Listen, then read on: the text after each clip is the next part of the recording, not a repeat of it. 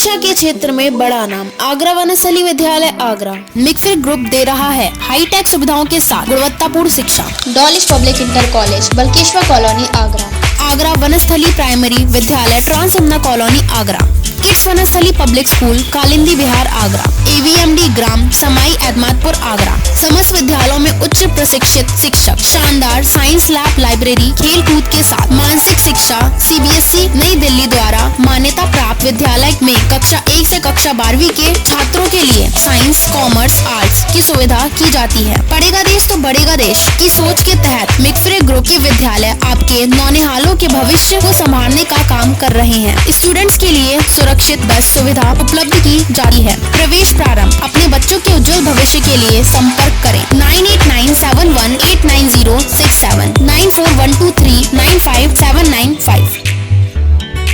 भाजपा महिला मोर्चा महानगर अध्यक्ष उपमा गुप्ता के सौजन्य से नॉर्थ विजयनगर कॉलोनी आगरा में दिनांक 7 अप्रैल दिन शुक्रवार को महिला सशक्तिकरण का कार्यक्रम आयोजित किया गया। कार्यक्रम में आए पूर्व डिप्टी CM दिनेश शर्मा का स्वागत अभिनंदन किया गया। आगरा आए MLC पूर्व डिप्टी CM दिनेश शर्मा का जोरदार स्वागत सम्मान किया। इस अवसर पर भारी संख्या में मातृशक्ति उपस्थित रहे। देश की आधी आबादी मातृशक्ति को संबोधित करते हुए पूर्व डिप्टी CM दिनेश शर्मा ने भाजपा द्वारा शिक्षा, सुरक्षा और स्वास्थ्य के क्षेत्र में किए जा रहे जनहित कार्यों को गिनाते हुए कहा कि मोदी सरकार देश प्रदेश की जनता को 5 लाख निःशुल्क स्वास्थ्य बीमा और हर महीने फ्री अनाज दे रही है। उज्ज्वला योजना के तहत निःशुल्क गैस सिलेंडर देने का काम कर रही है। जब पूर्व डिप्टी CM दिनेश शर्मा पाकिस्तान की भुखमरी गिनाते हुए भारत की उपलब्धि के प्रति मातृशक्ति को जागरूक कर रहे थे, वहीं मौजूद मातृशक्ति भाजपा सरकार में बढ़ती महंगाई की चर्चा कर रही थी। महंगाई से आहत मातृशक्ति की परेशानियों से अनभिज्ञ पूर्व डिप्टी CM आगामी चुनाव में भाजपा को भारी बहुमत से जिताने की अपील कर गए। देखिए, पूरे भारतवर्ष में आज मोदी जी का जो सरकार का जो कार्य है वो चढ़कर बोल रहा है। कोरोना के समय जब बहुत से बड़े बड़े देश कंगाल हो गए, अमेरिका ऐसा देश भारत से दवा मंगाने के लिए मोहताज हो गया, 20-20 लाख लोग वहां पर मर गए। चीन आज अपनी अर्थव्यवस्था को संभालने के लिए संघर्ष कर रहा है, पाकिस्तान दिवालिया होने की कगार पे है। वहीं भारतवर्ष में आज भी प्रधानमंत्री आवास मुफ्त में, आज भी जो शौचालय है वो मुफ्त में, गैस का सिलेंडर मुफ्त में, कोरोना की दवा मुफ्त में, 5 लाख तक की सबको दवा आयुष्मान कार्ड के माध्यम से मुफ्त में, और 10 किलो राशन भी मुफ्त में दिया जा रहा है। भारत की अर्थव्यवस्था भी आज तेजी के साथ में बढ़ने वाली अर्थव्यवस्था में उसका नाम शुमार हुआ है, और उत्तर प्रदेश भी $1 ट्रिलियन की इकोनॉमी की तरफ बढ़ रहा है। ये किसी चमत्कार से कम नहीं है, और चमत्कार से कम इसलिए नहीं है कि उत्तर प्रदेश की कानून व्यवस्था के कारण ही आज 33 लाख करोड़ रुपए से ऊपर का जो पूंजी निवेश है वो उत्तर प्रदेश में आया है। आप कल्पना करो कि कई प्रदेशों का जो बजट नहीं होगा उससे 10 गुना ज़्यादा पूंजी निवेश कार्यों के लिए आज उत्तर प्रदेश में हुआ है। आज शिक्षा के क्षेत्र में, आज स्वास्थ्य के क्षेत्र में, आज ग्रामीण विकास के क्षेत्र में, रक्षा के क्षेत्र में, अपराध नियंत्रण के क्षेत्र में उत्तर प्रदेश पूरे देश का नेतृत्व कर रहा है। आज गांव-गांव तक डिजिटलाइजेशन हो चुका है। आज गांव का नौजवान भी अब भटकने के लिए उसको ज़रूरत नहीं है, गांव में ही रोजगार मिलना शुरू हो गया है। तो मैं कह सकता हूं कि आज उत्तर प्रदेश उत्तम प्रदेश नहीं, सर्वोत्तम प्रदेश बनने की तरफ है। श्री रामचरित्र मानस का अपमान करके समाजवादी पार्टी अगर ये समझती है कि वो बहुसंख्यकों का अपमान करके, उनके धर्म ग्रंथ को अपमानित करके वो किसी का वोट ले लेगी, तो ये उसका भ्रम है।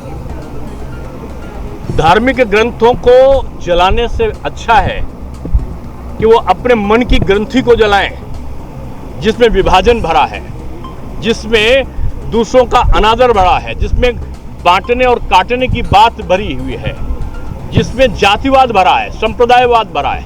उस ग्रंथि को जलाओ, ग्रंथ को मत जलाओ। और आज मैं समझ सकता हूँ विपक्ष का दर्द, खासतौर से एक बड़ी पार्टी का, कि उनके माफिया आज जब उनके खिलाफ कार्रवाई हो रही है तो माफिया की बजाय दुख ज़्यादा किसी दल में हो रहा है। ये दलों के द्वारा जो अपराधियों को, विपक्ष के द्वारा, कई दलों के द्वारा जो अपराधियों को संरक्षण दिया जाता था, आज योगी जी के नेतृत्व में अपराधियों का और माफियाओं का जो उन्मूलन का काम चल रहा है। मैं समझता हूँ उत्तर प्रदेश के भाग्य में अपने आप इंफ्रास्ट्रक्चर बढ़ेगा, और जब इंफ्रास्ट्रक्चर बढ़ेगा तो 3.5% की जो ग्रोथ है वो अपने आप बढ़ेगी। आज 17 एक्सप्रेसवे पे काम चल रहा है, आज हर जिले में मेडिकल कॉलेज पे काम चल रहा है, 250 माध्यमिक विद्यालय बन चुके हैं, 78 डिग्री कॉलेज बन चुके हैं, 12 विश्वविद्यालय बन चुके हैं। तो ये उत्तर प्रदेश की बढ़ती हुई वृद्धि को विपक्ष सह नहीं पा रहा। 2024 में क्या लग रहा है, कितनी सीट इस बार है? मैं समझता हूँ आज़ादी के बाद का इतिहास एकल पार्टी को प्राप्त होने वाले मतों का टूटेगा, और इनका जो भ्रम है ना अल्पसंख्यक वोटों का, वो भी टूटेगा। और जिस तरीके से रामपुर और आजमगढ़ में भारी बहुमत से अल्पसंख्यक बाहुल्य होने के बाद बीजेपी जीती है, मैं कह सकता हूं कि 2024 के लोकसभा चुनाव में 80 सीटों में 1 सीट पाने के लिए भी विपक्ष तरसेगा। अखिलेश जी को अब तो काशीराम जी याद आ रहे हैं। हाँ, इसलिए याद आ रहा है कि उन्हीं के समय उन्हीं की पार्टी के राष्ट्रीय महासचिव को गैस के सिलेंडर से जल जाए, इस प्रकार का आचरण कुछ लोगों ने किया था। और जिन लोगों ने किया था आज वो जयकारा करेंगे तो क्या उनके समर्थक या उनको मानने वाले उसको जानेंगे नहीं? जिन्होंने अपमान किया होगा वो वोट के लिए किसी को भी माला पहना सकते हैं। वो अफजल को भी जी कहते थे। आदरणीय काशीराम जी की अपनी एक मान्यता रही है, और बीजेपी ने काशीराम जी के समय ही पहली बार एक गठजोड़ किया था, और उसमें मुख्यमंत्री अगर किसी ने बनाया था पहली बार महिला को और अनुसूचित को, दलित को, तो बीजेपी ने बनाया था। समाजवादी पार्टी के लोग तो आक्रमण करना चाहते थे। मैं कहूंगा कि अब समय बदल गया है, वोट बैंक अब किसी का नहीं रहा, अब केवल भारतीय जनता पार्टी और मोदी जी देश की आशा का केंद्र हैं। ये लोग चाहे जितना जातिवाद का जहर उगलें, अब जातिवाद का नहीं, अब राम राज्य का समय आ रहा है कि राम जी का नाम जब जन्म होता है ना तो हरि के नाम के साथ, और जब मृत्यु होती है तो हरि धाम में जाता है आदमी। और इस बीच में जो कुकृत्य करता है उसका परिणाम उसको इसी पृथ्वी पर मिलता है। राम तो कण कण में व्याप्त है, और राम को हवा में कौन करेगा?